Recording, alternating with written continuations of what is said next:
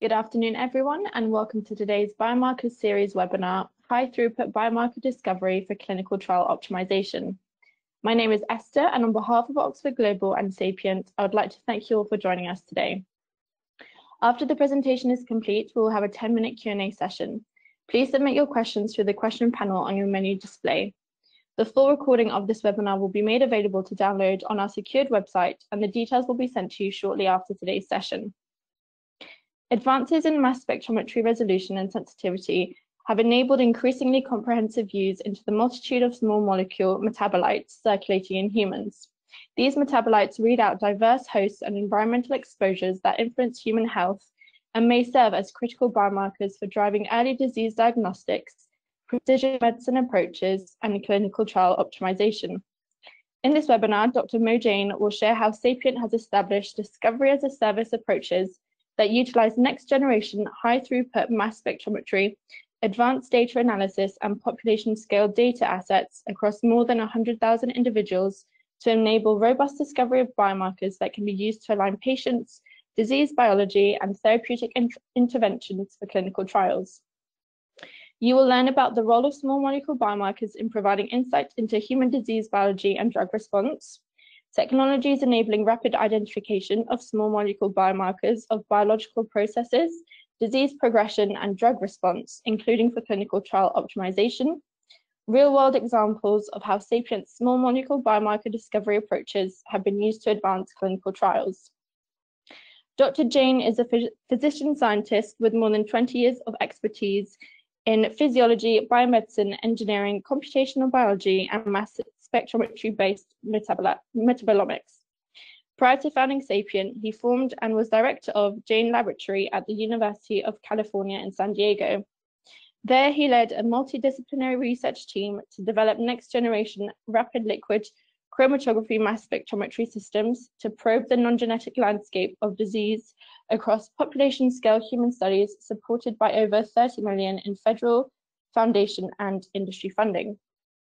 Dr. Jain founded Sapient in 2021 as a spin-out of Jain Laboratory to expand upon the mission of accelerating human discovery and drug development through the nexus of high-throughput analytical mass spectrometry, computational biology, and population-level biomarker profiling.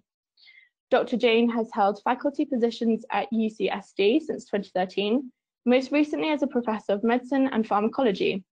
He obtained his MD and PhD from Boston University School of Medicine and performed clinical residency and fellowship training in internal medicine, cardiology, and preventative cardiology at Brigham and Women's Hospital, Harvard Medical School. So without further ado, I hope you all enjoy the webinar, and over to you now.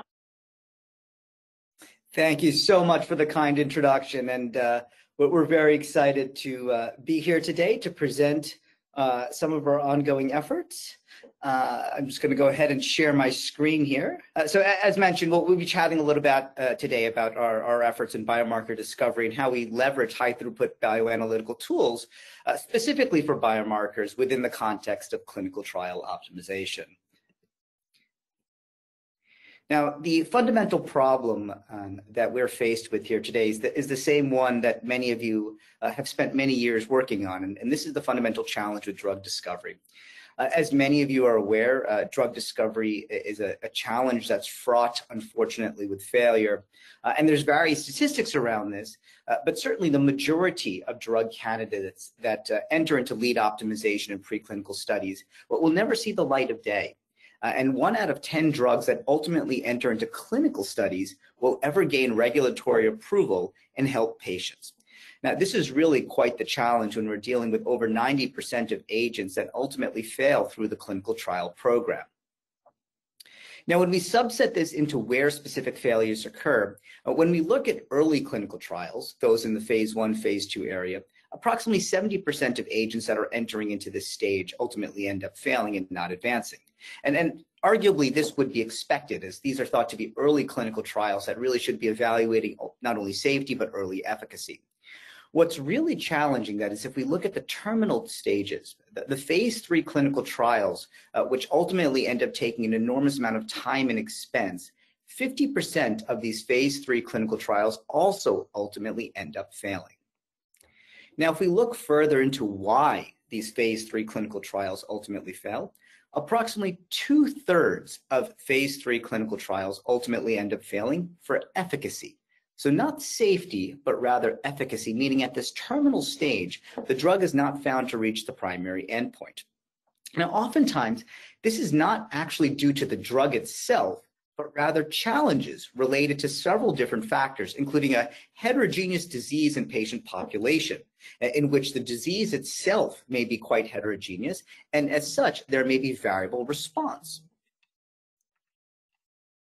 In addition, there can be quite a bit of challenges with clinical trial optimization and clinical trial design, both under targeting of responder populations and then also ensuring that there's adequate outcome numbers to power clinical studies. Ultimately, this is all resulting in poorly ineffective translation, and this can also be due to insufficient understanding of PK/PD parameters, inadequate measure of target engagement, and many other parameters.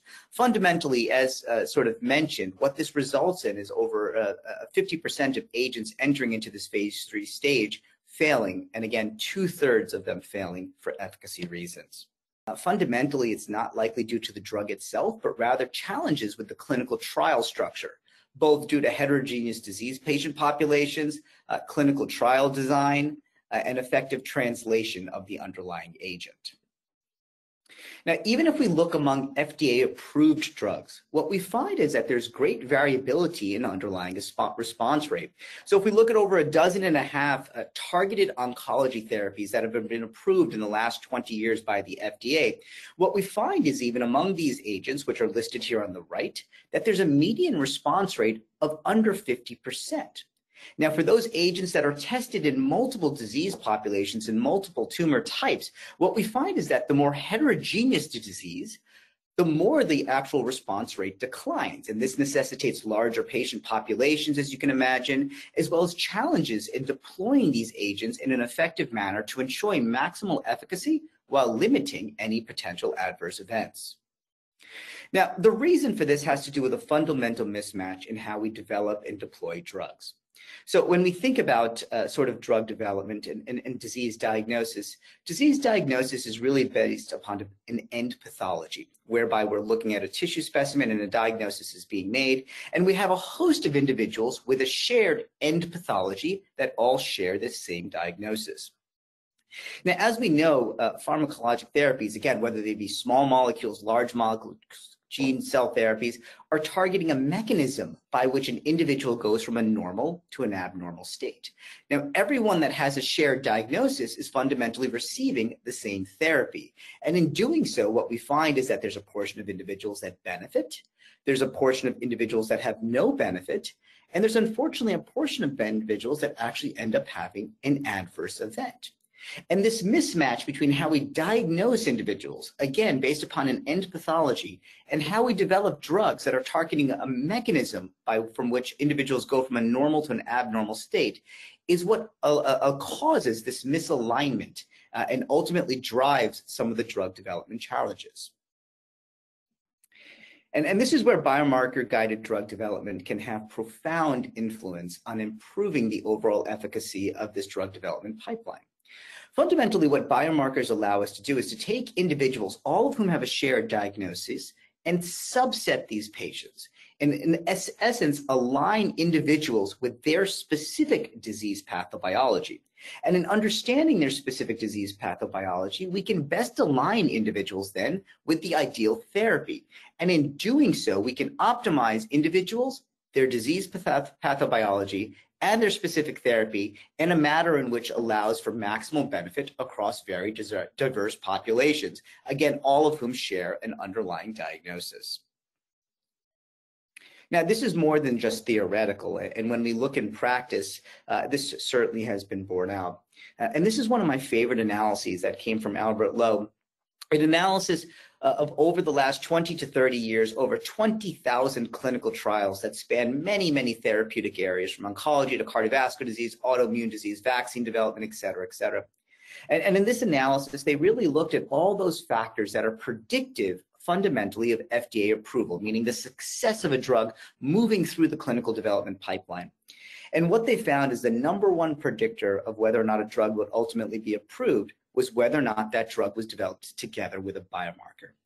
Now, if we look across various areas such as oncology and cardiovascular disease, we see those agents that are developed together with a biomarker versus those that are developed without a biomarker have almost a 9-fold increase in ultimate FDA approval. When we look across all therapeutic areas in over 20,000 clinical trials, we find that as a whole, there's a 2x increase in approval rates when drugs are developed together with a biomarker. Now, not only is the approval rate higher, but the time to approval is faster. And those precision medications that are developed together with biomarkers are approved almost 20% faster than those agents that are not. Now, it's not a mystery that these sorts of numbers, being able to improve overall FDA approval as well as the time to approval, can be transformative for underlying drug development. Because of these findings, you can imagine the FDA has really embraced this strategy of biomarker-guided enrichment for clinical development. And these biomarkers can take on a variety of flavors. In a recent white report or white paper from the FDA highlighting the value of biomarkers for enrichment strategies, there's 3 main areas that we can think of these biomarkers as falling into. Biomarkers that denote individuals with a specific pathophysiology, once again aligning patients with their specific diseases. Biomarkers that predict response, ultimately allowing for alignment between a particular therapy and a particular disease state. And those biomarkers that speak to a specific mechanism of action that allow us to understand target engagement. Now, when we think about diagnosis of disease, certainly this is an area that biomarkers have had profound influence over the last several decades, particularly in the oncology space. And this one slide provides a really nice overview of just one such example. If we think about lung cancer, the traditional view of lung cancer just several decades ago was one that was, again, based in pathology, in which lung cancer was diagnosed based upon its underlying appearance on pathologic examination and was fundamentally divided into adenocarcinoma, squamous cell carcinoma, and large cell carcinoma. Over the ensuing decades, however, as molecular biomarkers, particularly in the genetic space, have evolved, this has allowed us now to have much greater granularity and subset lung cancer into their underlying biomarker biomarkers that allow us to understand the pathobiology of the disease. Initially with KRAS, with EGFR, and then when we look at today, lung cancer now has evolved from a disease of 3 fundamental areas to a disease that's been subsetted into dozens of areas based upon these biomarkers, once again, that denote their underlying pathogenic mutations and that have profound influence in guiding fundamental therapy for this disease state. Now, the challenge is, how do we employ the same strategy of utilizing biomarkers for early diagnostics, for substratifying patients, and for clinical trial strategies? And how do we do this outside of the oncology space? And this has really been quite the challenge. Next generation sequencing, of course, has really enabled biomarker strategies within the oncology space, but outside of oncology, whether it be in the heart disease space, whether it be in the neurologic disease, lung disease, liver disease, et cetera, this has really been quite slowed. And in thinking of beyond genetics, it's important that we develop additional data modalities that allow us to understand these other disease states, particularly the internal and external exposures which influence biological processes. Now, there's many ways in which one can begin to model the influence of genetics on human disease, and this is just one way that we do so in thinking through large populations of mono versus dizygotic twins. And when we begin to map this, what we find is that the vast majority of population attributable risk for all these diseases, again, whether it be autoimmune disease, cardiovascular disease, neurologic disease, et cetera, lies outside of genetic influence. And the genome only influences approximately 20 to 25% of disease risk. It's important as we think about how to step beyond genetics and develop biomarker strategies for these other disease states that we're able to leverage these non-genetic biomarkers, particularly for drug development and deployment. And this is where Sapient has spent many years thinking through our strategies. The areas that we've particularly been focused on are what we call small molecule biomarkers. Now, these are biomarkers that represent both endogenous as well as exogenous markers that are floating around in our body. These typically are small molecules, as denoted by the name, and have a molecular weight that lies below 2,000 Dalton. And when we think about these small molecule biomarkers, or metabolites as they're oftentimes referred to, these can complement traditional genetic biomarkers and allow us to read out multiple determinants not only of disease states, but also drug response. Now, what makes these small molecule biomarkers particularly unique is that they can be produced intracellularly, both in normal tissue, in diseased tissue, within the microenvironment, or even in exogenous areas. And given their physical chemical properties, these small molecules can readily cross biological membranes, whether they be cellular membranes, the blood-brain barrier, et cetera, which allows them to move from the intracellular state into blood, where we can measure these non-invasively as reflections of what may be occurring in the tissue, again, whether it be the normal tissue, the diseased tissue, or even the microenvironment. Now, these small molecule biomarkers are highly conserved among species. They're the most ancient of molecules. And so we find tremendous conservation from humans down to preclinical systems and even cellular systems in lower bacteria. Now, the challenge has always fundamentally been as to how we go about measuring these small molecule biomarkers. And this is where Sapient has made great technical advances in the development of what we refer to as high-throughput mass spectrometry or next-generation mass spectrometry.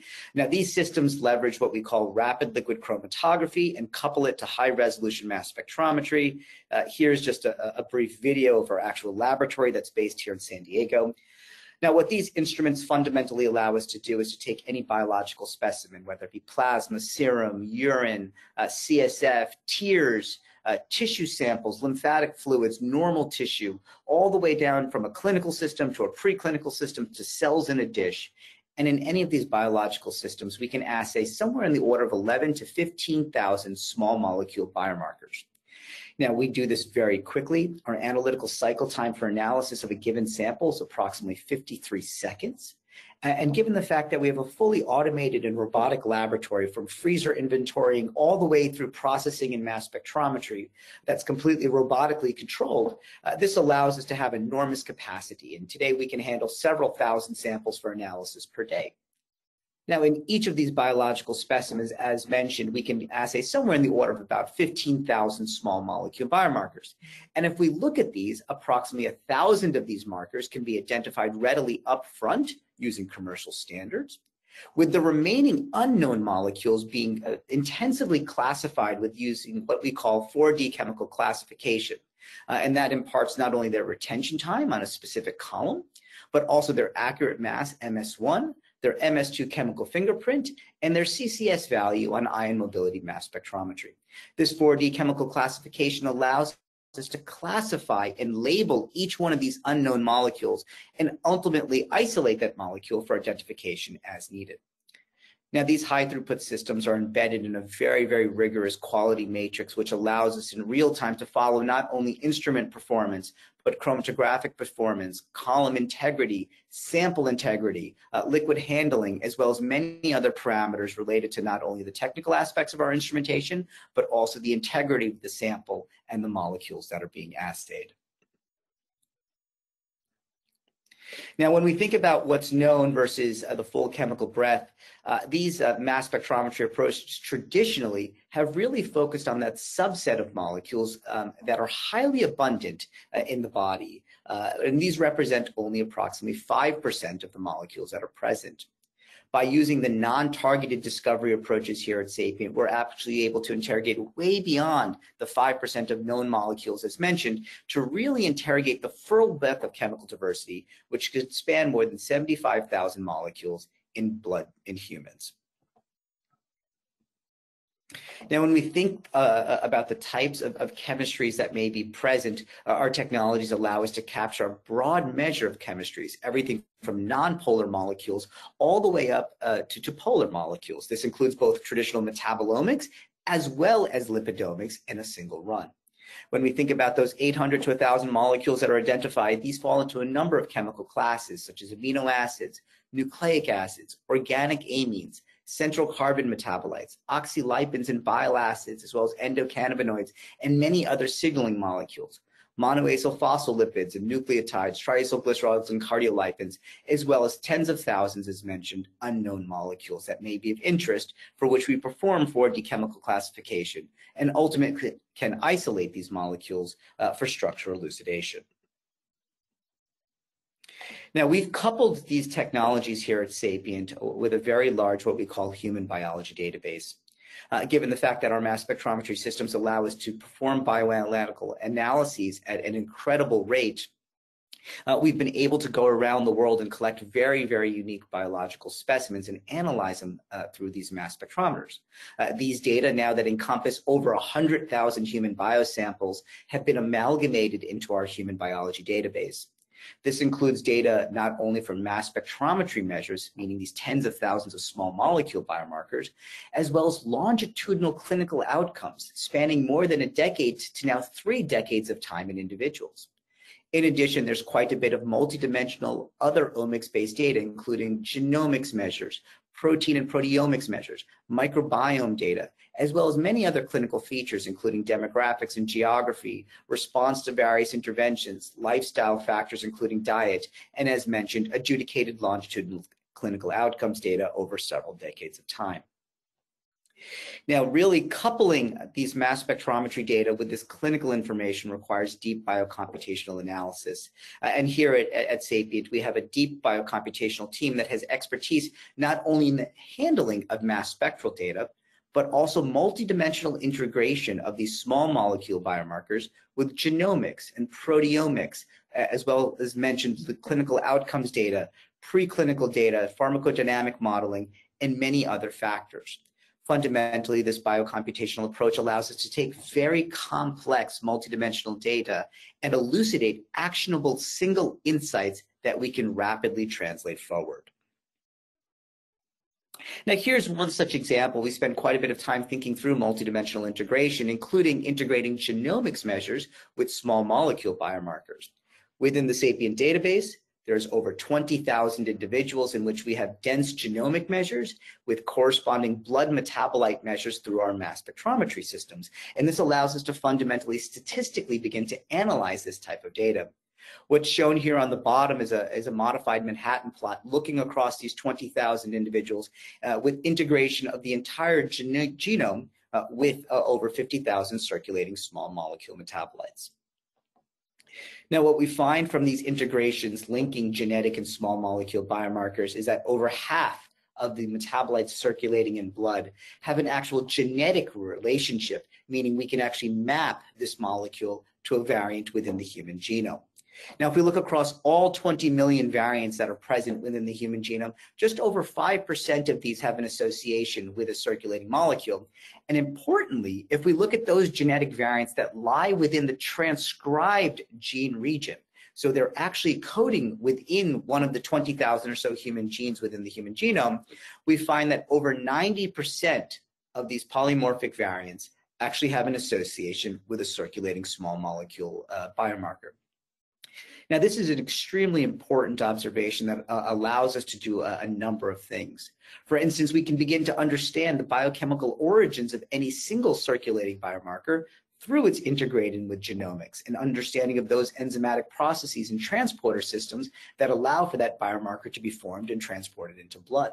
We can also take the reverse approach and look at disease variants that have previously been implicated in a host of different diseases and ask, are there circulating markers that may read out particular genetic variants and allow us to understand the genetic architecture of human disease?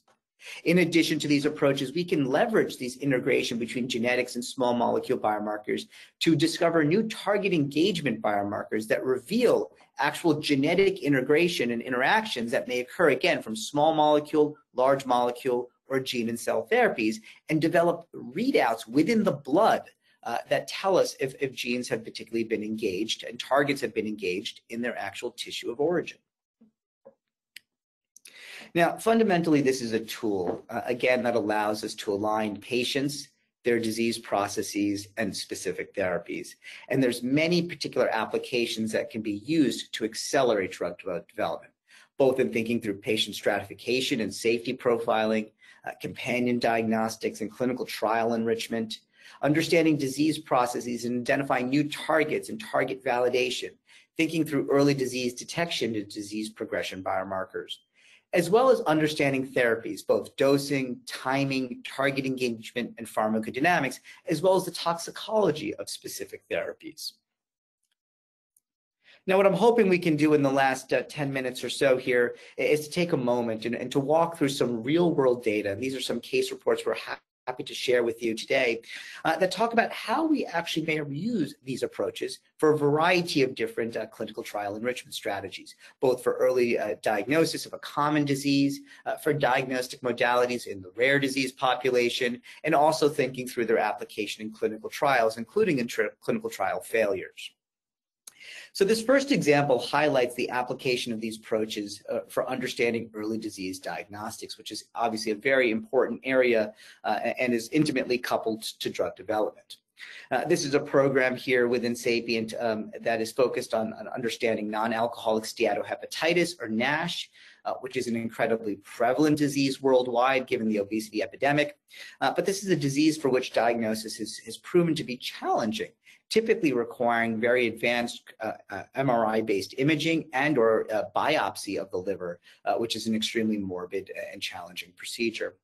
And so we've been quite interested in being able to identify a circulating diagnostic marker that reveals patients with NASH at a very early stage in their disease process, precisely so these individuals can be enrolled for early clinical studies.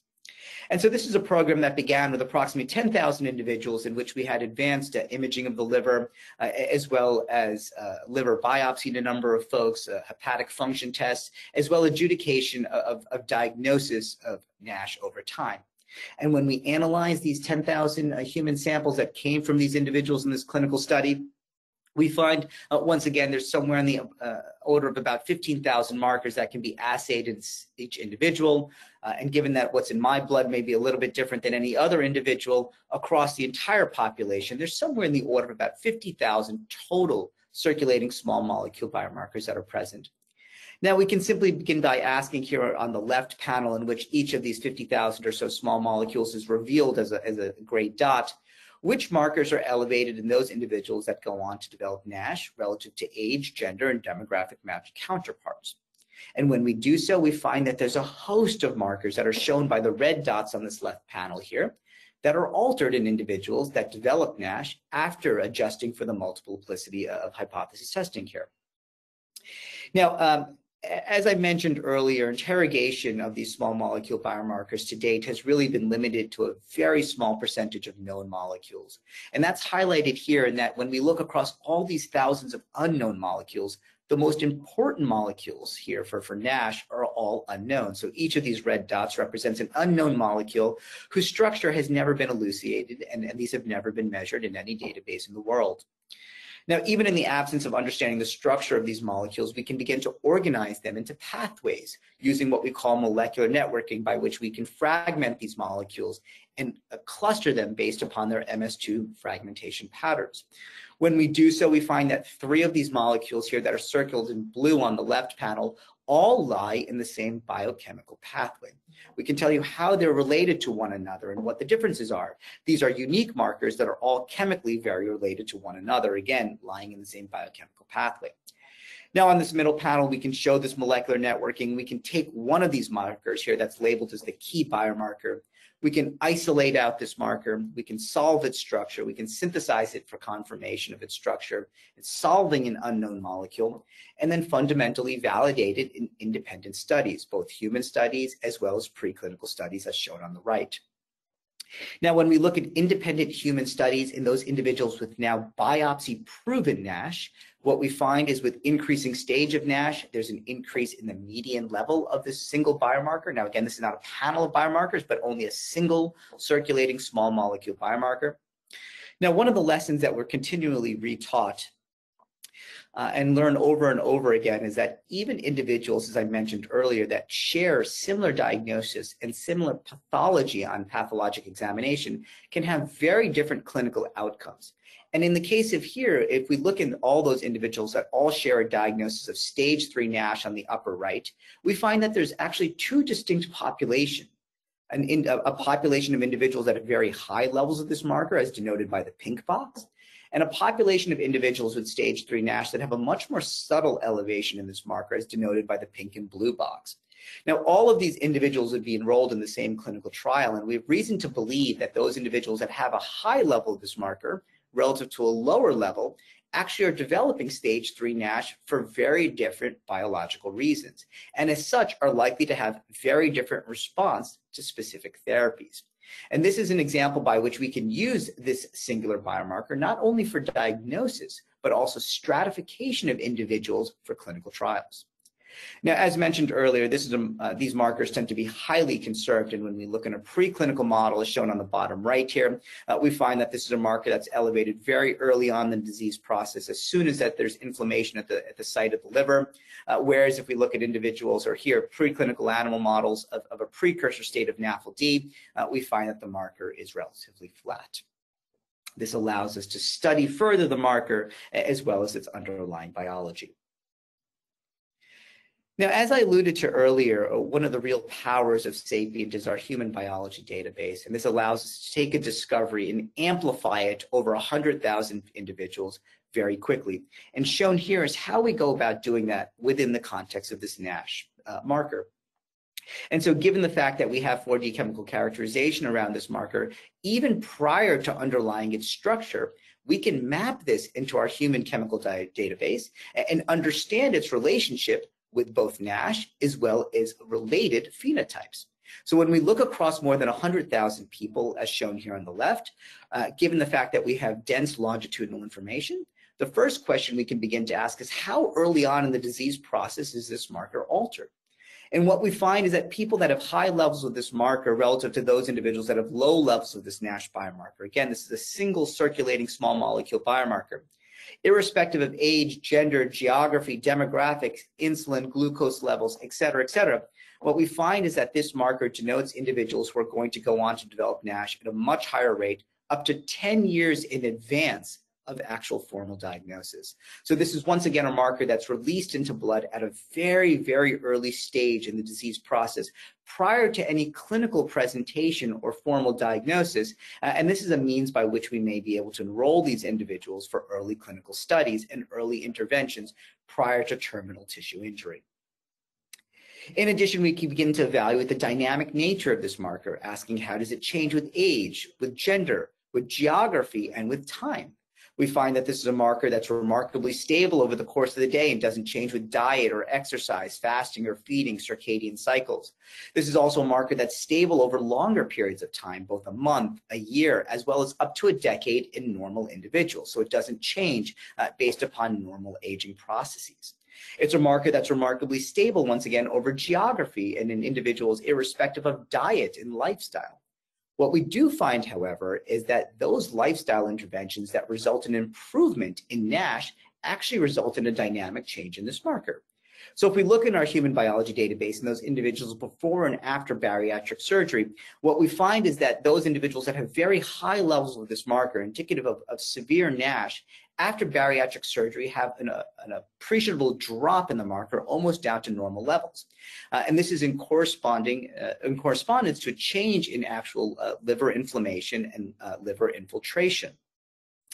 This suggests that this marker is in fact a dynamic marker, and this has very important implications for how we may leverage this one biomarker as a surrogate endpoint in early clinical studies to evaluate potential efficacy of agents even prior to changes in ultimate pathology. Now, as mentioned earlier, also we can begin to do quite a bit of multidimensional integration that allows us to provide tremendous insight around any of these markers, including many of the thousands of unknown markers. And here's one such example by which we may integrate genomic and small molecule biomarkers. So if we take this one single NASH biomarker that's been discovered here in our human biology database using our genetics information, essentially we can do the genome-wide analysis around the circulating marker, and that's what's shown here in the modified Manhattan plot on the left. And in doing so, we can identify those genetic variants that occur in enzymatic processes and transporters that give rise to this marker. Given where these enzymes and transporters are expressed, we can actually confirm the tissue and cell type. And for the sake of this NASH biomarker, can confirm that this marker originates within the inflamed hepatocyte and even the organelle within the hepatocyte that the marker is being formed in, as well as the mechanisms by which it's transported from the intracellular state into the blood. We can also begin to evaluate causal inference using a variety of statistical tools, including Mendelian randomization. And when we look at those common genetic variants that influence the level of this biomarker on the x-axis and ask how does that map onto development of disease across large populations of over 500,000 individuals as marked by liver ALT on the y-axis, what we find is this exquisite linearity by which those genetic variables that increase the biomarker also increase risk of disease. And when we see this linear relationship, it's extremely suggestive of a causal relationship, suggesting that this biomarker, as well as the mechanisms that give rise to this biomarker, are causal drivers of NASH. And so in doing so, we can identify not only an early diagnostic marker that is quite dynamic that we've been able to validate in addition to preclinical systems, but we've also identified here unique targets now in NASH that may intervene upon as part of a therapeutic strategy. Now, this is one such example in a common disease. We also spend quite a bit of time thinking through rare disease processes and how we can discover not only diagnostic markers, but markers that may be extended from the rare disease space into common disease areas. One of the areas that we've spent quite a bit of time thinking through is mitochondrial disease and identifying circulating markers that read out mitochondrial dysfunction. Now, this is a program that started in over 100 individuals with sequence-verified mitochondrial disease across a host of different mitochondrial pathways and over 1,000 of the proteins that are present within the mitochondria. And what we find, once again, when we analyze these biological specimens, measuring thousands of circulating small molecules, as shown here on the left, that there's a number of biomarkers that are elevated specifically in individuals with mitochondrial disease relative to those age, gender, and demographic matched counterparts. Now, you may be able to read on the y-axis of this left volcano plot that these are highly significant markers, approaching 10 to the minus 30, 10 to the minus 40 for association with mitochondrial disease relative to control counterparts, as shown in the small inset box. Now, once again, these are all unknown markers. When we begin to do pathway analysis, we find that all or a good portion of these markers, as denoted by the red dots, actually once again lie in the same biochemical pathway. This is a biochemical pathway that's never been described in humans and once again represents a new target for potential therapeutic intervention. We can isolate out one of these markers as shown out here by the blue dot, again, solving its underlying structure, developing targeted quantitative assays around this singular marker, and validating this marker in independent human studies.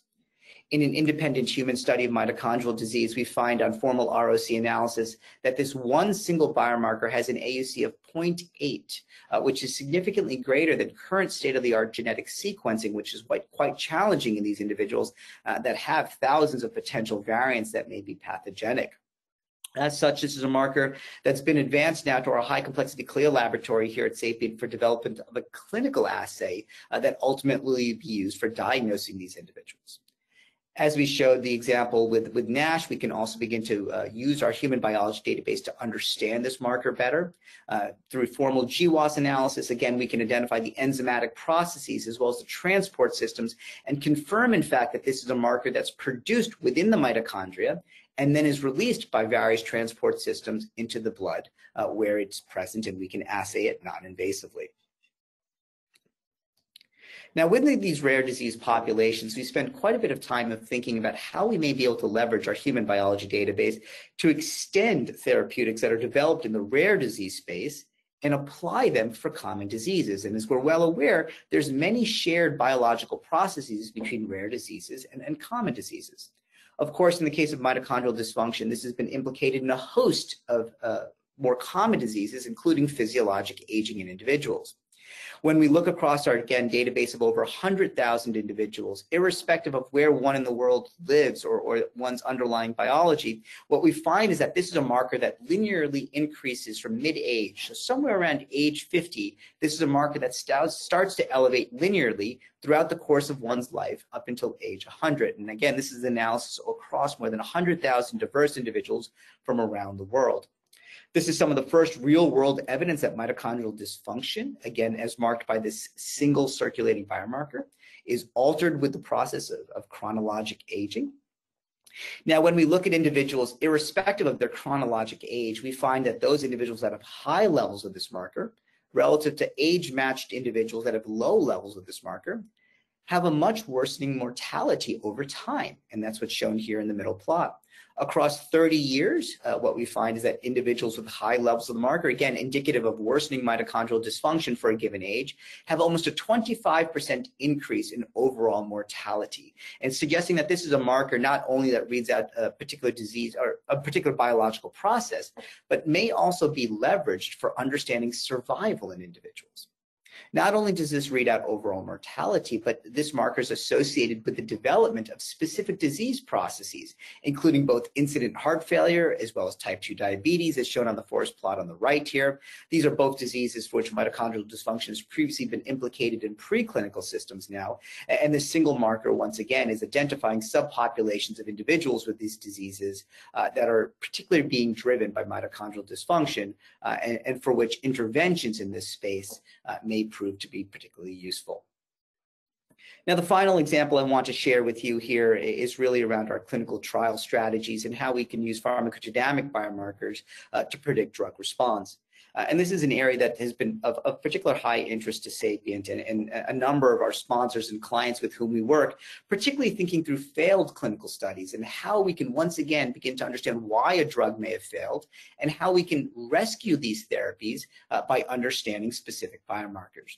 On the left here is a clinical study that was performed together with one of our sponsors in which we looked at a failed phase 3 trial of a rare disease in over 250 individuals, once again, in which a drug was failed to reach its primary endpoint. When we analyze the blood samples from these individuals, we find that there's a single circulating marker here that's circled in blue that was altered in response to development of or exposure to this particular therapy.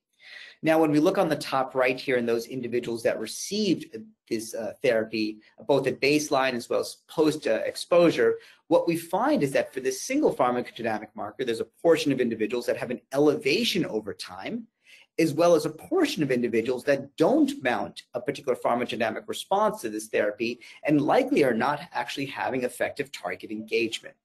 Now, when we substratify individuals based upon this single pharmacodynamic marker, once again, this was a failed trial, and we subset individuals based upon high versus low levels of this single biomarker. What you can see here on the Kaplan-Meier plot to the bottom right is that there's a great difference in that those individuals that actually mount a pharmacodynamic response to this given therapy and have real effective target engagement are protected from the disease, as shown by the blue line, whereas those individuals that do not mount an effective response to this therapy continue to decline precipitously, and as such, you can see a difference between these two mortality curves. This is an example by which we can now leverage a single pharmacodynamic marker to better stratify patients into potential responders versus non-responders, as well as potentially rescue an agent that had initially failed within phase 3 studies. Now, in the interest of time and to allow some time for some questions, I'm going to go ahead and stop there. I just want to thank the audience for their attention and for joining us today. We here at Sapient, as I mentioned earlier, are a discovery organization that provides discovery services to the biopharma industry. We'd be happy to chat with anyone who may be interested in leveraging these technologies and these data assets to enhance drug development. And I would encourage anyone to please reach out either by phone, by email at discover@sapient.bio, as well as through our Calendly link. Our website is www.sapient.bio. And once again, I look forward to speaking with anyone who may be interested in leveraging these tools for their drug development purposes. I'd be happy to pause here and take any questions. Great. Thank you so much, Mo, for your presentation. So I'd now like to open the floor for discussion. As Mo mentioned, please remember to send any questions that you may have using the question panel on the platform. So to kickstart the Q&A, our first question, Mo, is can you comment on the role of small molecules biomarkers relative to protein biomarkers or genomic biomarkers? Absolutely. It's really readily apparent how genomic biomarkers have transformed certain disease areas, particularly within the oncology space, and allowing to understand as well as diagnose these oncologic diseases, and then leveraging that information for targeted therapies. Now, the challenge is, again, is how do we begin to understand those diseases outside of the oncology space in which genomic markers have been more limited in their application. And this is where we very much view small molecule biomarkers as a complement to traditional genomic and or proteomic markers. Now, what makes these small molecule biomarkers very special, as I had mentioned earlier, is that they can be produced within the cell, again, whether it be normal to cells, whether it be diseased cells or the microenvironment cells, and they can be readily released into blood. Now, as we know, the vast majority of genomic markers, as well as proteomic markers, are retained within the cell and necessitate biopsy in order to interrogate these markers. And this, again, was one of the great differences with these small molecules that can be released into blood, and which we can non-invasively measure, as we've shown in several examples, as a means for complementing other genomic or proteomic markers. So these very much, again, are a complementary data modality that allow us to understand disease pathobiology and align patients with their disease processes and specific therapeutics. Great, thanks, Mo. So our next question is, you're looking at tens of thousands of molecules that generates a massive amount of data. How do you go from R&D discovery to single biomarkers that can be advanced to actual clinical tests? Absolutely, and this is a really good question, so I appreciate it. As you can imagine, rapid translation is a core component of what we do here. And we leverage these high-throughput mass spectrometry systems in order to assay tens of thousands of markers in large populations quite quickly. Now, this is where we use our biocomputational and advanced statistical approaches to go from this large tsunami of data to single actionable insights. And as I showed you in these examples, this oftentimes involves measurement of only a single biomarker. Now, here at Sapient, we have a high-complexity CLIA laboratory that allows us to very rapidly develop a CLIA-based assay around those single markers. And these are highly quantitative, targeted assays using traditional mass spectrometry systems that can thereby be deployed externally, either to other CROs or even internally within pharma organizations for advancing their drug development programs. And so there's a whole pipeline of translation that's embedded here at Sapient in our R&D efforts that allow us to go very quickly from initial R&D and screening through technical validation, biological validation using our human biology database, as well as ultimately development of these targeted clinical assays that can be deployed externally.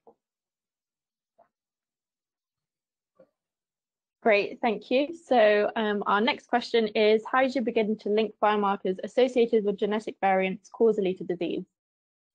Yeah, it's a really good question, and an area again that we spend quite a bit of time thinking through together with our pharma sponsors. And as you can imagine, there's been an explosion in our understanding of the genetic architecture of disease, in which we've been able to identify a number of genetic variants that associate with disease processes. However, making sense of this information has been far slower and really challenging. And how we begin to develop drugs that target these specific genetic variables has been really quite slow over the last decade. And this is where these circulating biomarkers can be quite helpful. For one, through data integration, as we showed you an example there, and linking of genetic and small molecule biomarkers, we can begin to cluster gene variants that have shared pathobiology, and in doing so, begin to understand the pathways by which these genetic variants may be influencing disease processes. We can also develop circulating small molecule biomarkers that denote or read out specific genetic variants their biology and their target engagement. And this has proven to be quite useful in the development of therapeutics, whether they again be small, large molecule therapeutics and or gene or cell therapies targeting specific genetic variants. And so this is absolutely an area that we've spent time thinking through together with our pharma sponsors, and have a number of sort of wins, if you will, in which we've been able to leverage our data assets and these small molecule biomarkers in order to understand genetic variants and then leverage that information as part of the drug development pipeline. Thank you. So we've just had a couple more come through. The next question is, how do you incorporate small molecule biomarkers practically into a drug development pipeline? And then what are some of the applications for the biomarkers you discover?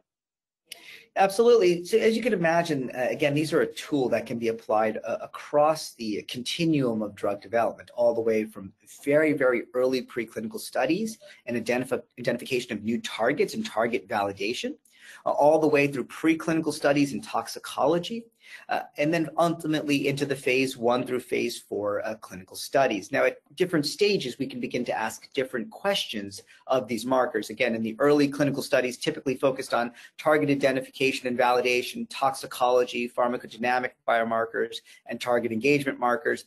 And as we advance into the clinical studies, typically we can leverage these tools to begin to understand not only target engagement, but substratification and companion diagnostics that may denote individuals that respond or not respond to particular therapies. Now, how these may be applied varies again by the specific drug development program. For early studies, of course, as I mentioned, this can be used to identify new targets and de-risk these targets.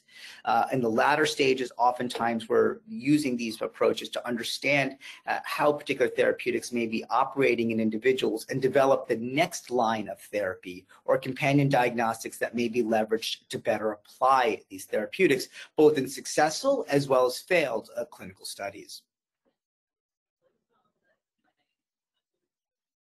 Thanks, Mo. So the next question is, what opportunities do you see for mass spectrometry in supporting personalization of therapy?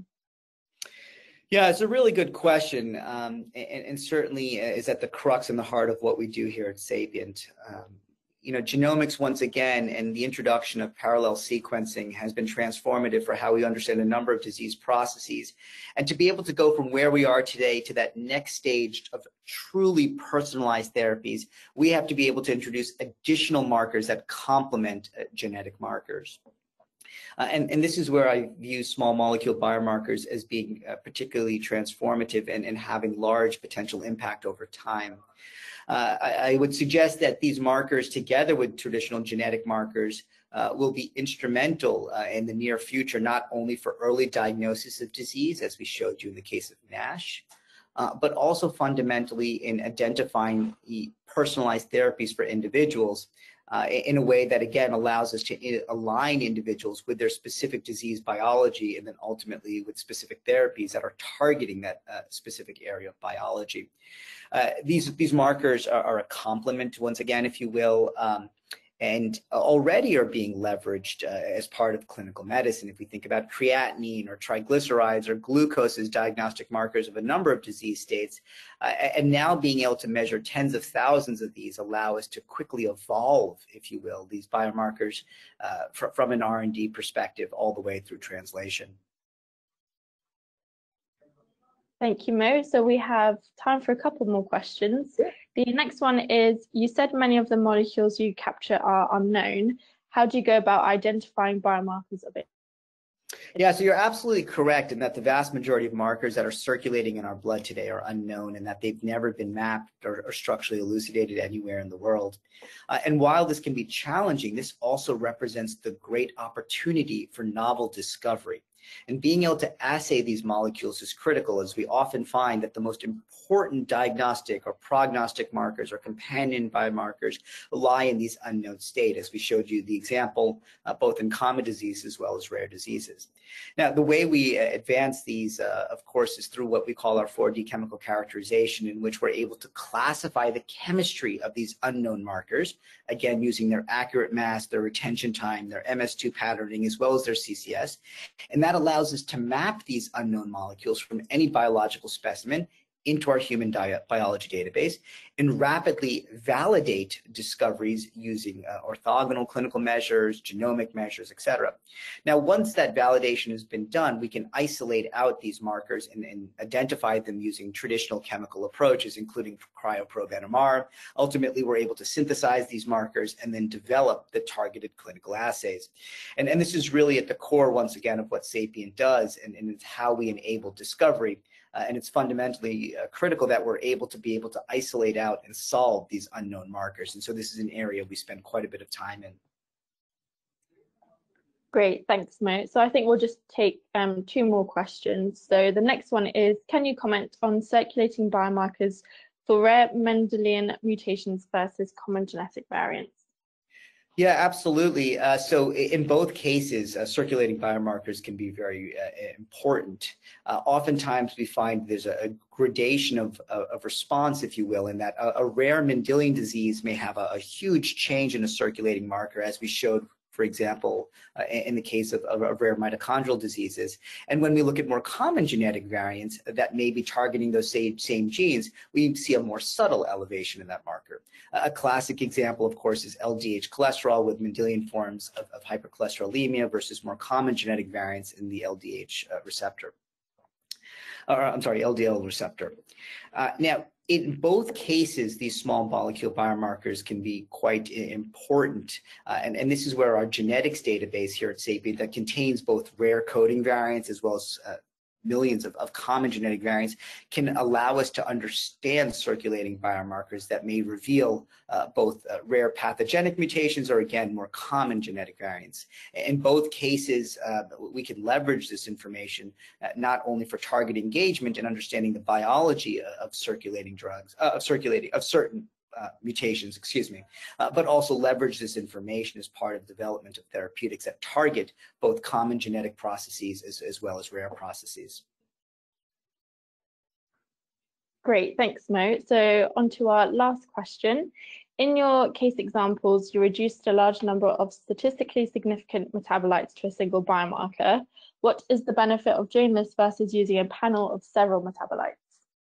Yeah, it's a good question, and this really comes down to practicality more than anything else. As mentioned, rapid translation is at the heart of what we do, and we want to ensure that our discoveries are able to see the clinic and advance forward drug programs very rapidly. Now, there are cases in which we'll do much more advanced multidimensional integration with machine learning or AI approaches that essentially develop patterns or complex data patterns that reveal out subpopulations. At the same time, it's very important that we're able to reduce data down to single measurements for which we can develop CLIA assays. Now, which approach we take is very much dependent upon the underlying question, and we have the ability internally here to do both. Again, very complex patterning using AI, as well as much more reductionist statistics that allow us to identify single markers. And in the cases we showed, these were really driven by a desire to rapidly translate the discovery, and as such, there was a focus on a single marker. Now, there are cases in which a panel of markers on the order of half a dozen or less may also prove to be quite important. Looking through substrate products, for instance, and a ratio of those is one such example.